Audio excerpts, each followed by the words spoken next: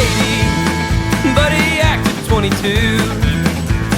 He could laugh and drink just like his grandchildren would do.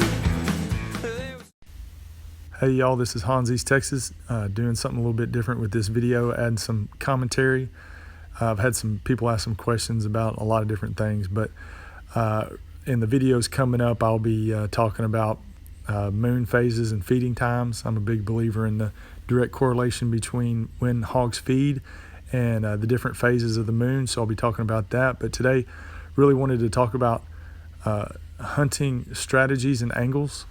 I've got this bait hole set up. There's actually 2 bait holes here, and you can see I have a recipe and a video that I made about how to make the best hog bait. It gets them going crazy, but I've set up this bait hole on the edge of a big thick forest. There's probably 75 acres of nothing but trees and creeks and rivers down in this bottom where they bed down.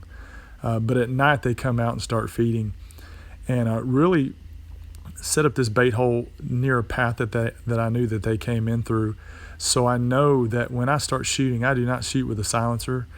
I shoot with an AR-15 223 caliber rifle, no silencer. So I know that whenever I start shooting, they're gonna scatter like mice. So the first thing I'm doing is looking for an outlier. And when I mean outlier, I'm looking for these hogs, as you see right there on the right. And there's a couple on the left. There's always a few that just kind of sit off to the side. They're the loners. Most of the time, those are the boar, and the sows and the little ones are usually in there feeding. And you've got a couple that are kind of just looking over everything. But I try to pick out a loner on the side, and I usually pick the side where I know that they're going to run back to. So I know that they came in through a path from these woods. So I know when I shoot, they're going to start running right back to that same path. So I try to position my rifle in the same direction as where they're going to start running when I shoot. And you see a couple of them start fighting. That bait gets them really worked up and fired up. But if you hadn't already, I'd go check out that video on how to make hog bait, because they will come in night after night, put a hole in the ground, and they're sitting there digging it up. They're not paying attention to the fact that I'm about 40 yards away from them. And so I've picked out one here that I'd like to get. I'm waiting for him to get off to the side by himself. And while I'm waiting, I'm just kind of seeing what their mannerisms are, and kind of seeing how agitated they get, because I know as soon as I start shooting, they're going to start peeling off. So I'm kind of just scanning. I want to keep my rifle in the direction where I know that they're going to run. And I'm just kind of waiting for this one to come out into the open.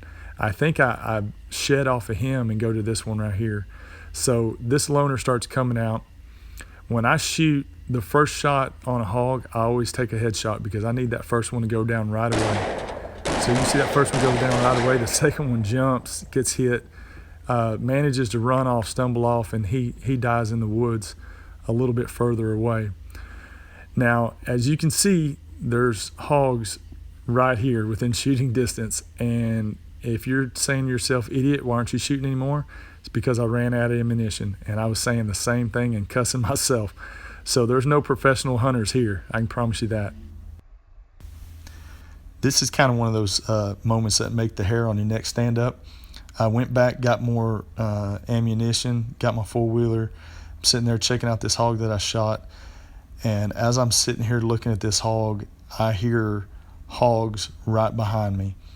And I immediately grab my gun, turn on the scope, and look behind me, and see 5 or 6 hogs within 15 feet of me, right behind me.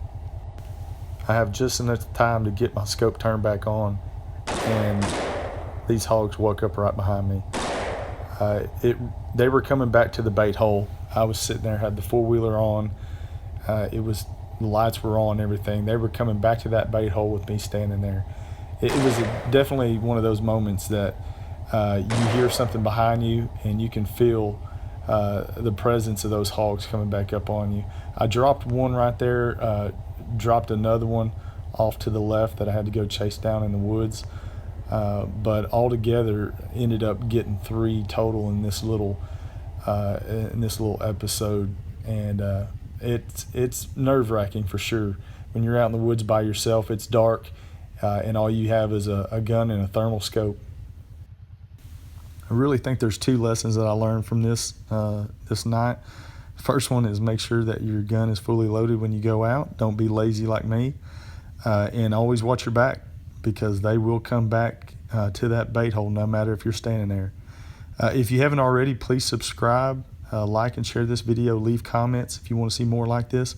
I will be doing commentary videos on different topics, so I appreciate your time, and thank you for watching.